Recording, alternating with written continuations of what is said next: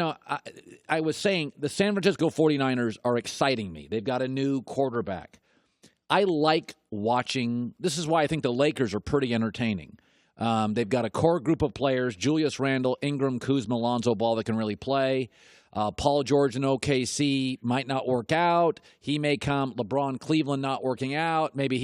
I like things that are growing, whether it's business, whether it's teams. I like it. It's fun.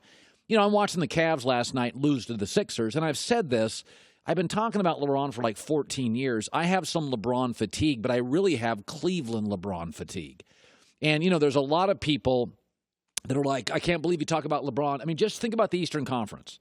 Just think about the Eastern Conference. As of today, here are the playoff matchups in the East. There would be 4 series today. Toronto, Miami, Boston, Milwaukee, Washington, and Indiana. What would be the really interesting one? Cleveland, Philadelphia. That would be the one with Ben Simmons, LeBron, Joel Embiid, all sorts of drama. And let's say the Sixers knock out Cleveland. Here would be the next round, second-round matchups in the East. Oh, good hell. Toronto, Washington.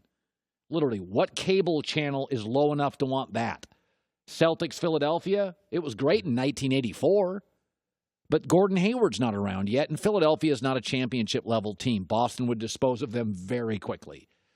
So, listen, you can say you're tired of LeBron, but look at the Eastern Conference without him.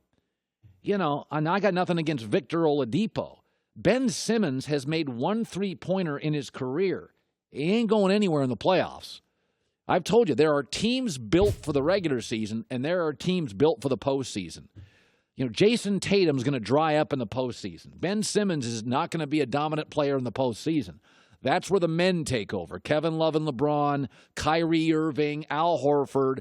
You're going to see those guys. Washington, maybe Wall and Beal. Toronto's got veteran players, Gortat, DeMar DeRozan. That's what works in the postseason.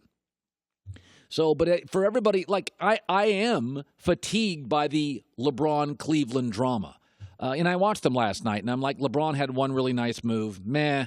It is what it is. It's one move in an NBA game. It doesn't mean anything. But part of me is rooting for just a new story. I think Gruden to the Raiders is really interesting. I think it's really interesting. Sam Darnold to Cleveland. Okay, they finally have a franchise guy. That is interesting.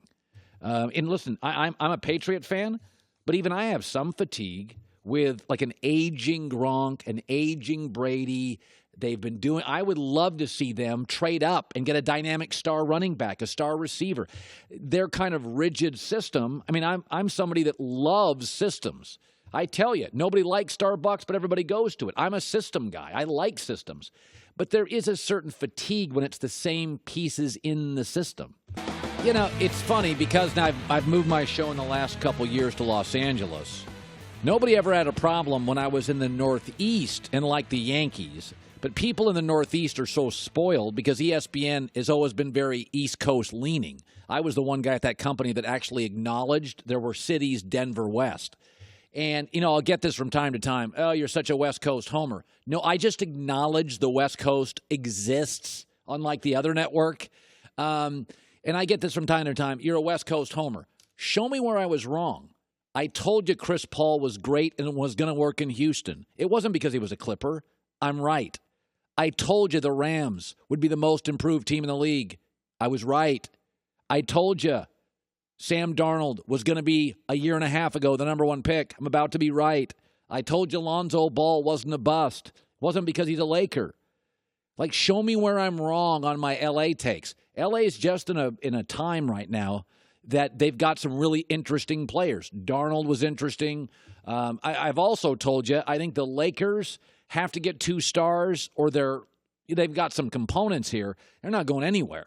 I took the under on the Lakers over-under. Now, I also took the under on the Sixers over-under, and I think they're going to surpass that. But last night I'm watching Lonzo Ball, and I've been telling you this. He's not a bust. His dad's a loudmouth. He is a Laker, and the expectations were outrageous. But he was the best. Well, I'll just let Luke Walton tell you, because last night the kid's going 10, 7, and 7. He's a real NBA player, and he's just a baby coming off an injury. Here was Luke Walton last night. To me, he was probably the best player on the court tonight, and I think he only shot 5 times. which is why we've been so high on him from day one. He's one of the very unique players. It doesn't matter if he's taking shots and scoring 20 or not. He can impact the game all over, and he was doing that for us tonight. One of the things that drives me crazy about the media is that it used to be, like, for instance, when you were an announcer, you worked for a radio station. You didn't work for the team. Well, all the teams now have brought broadcasting in-house, meaning the Dodgers announcers, the Dodgers, and all the they work for the team. So everybody now is a homer.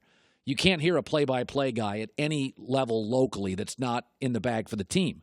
And I'll also say this about reporting, and I'm not sure exactly why this is. Newspapers have been cutting for years, but it used to be you could find local news people that would criticize local teams. I was shocked when I lived out in Boston and New York how many members of the media were just abject homers. I mean, in Boston, it's ridiculous.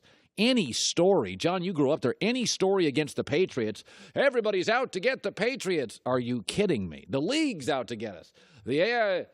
Are you kidding me? Spygate, Deflategate. There's obviously tension within the organization.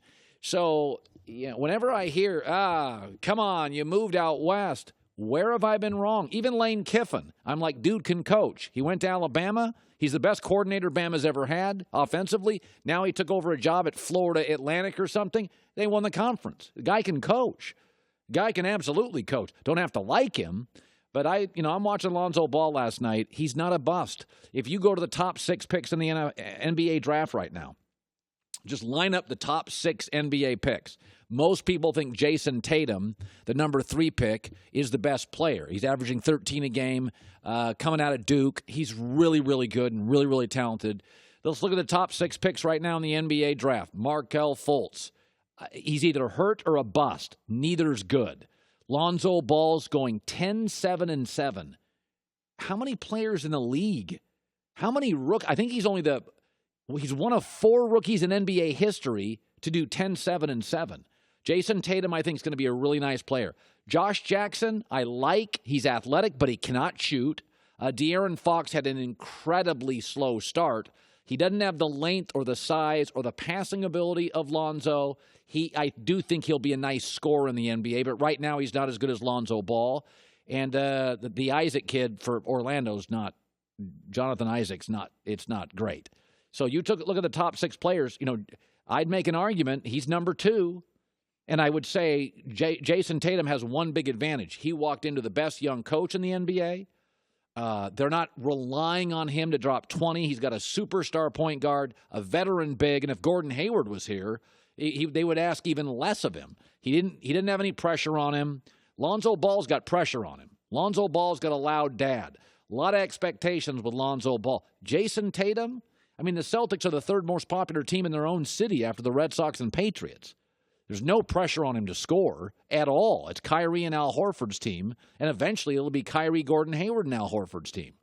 So I think the kid can play. Thanks for watching. Subscribe here to get the latest from the show. Also, be sure to check out more of the best clips from The Herd or go watch a few segments from our other shows on FS1.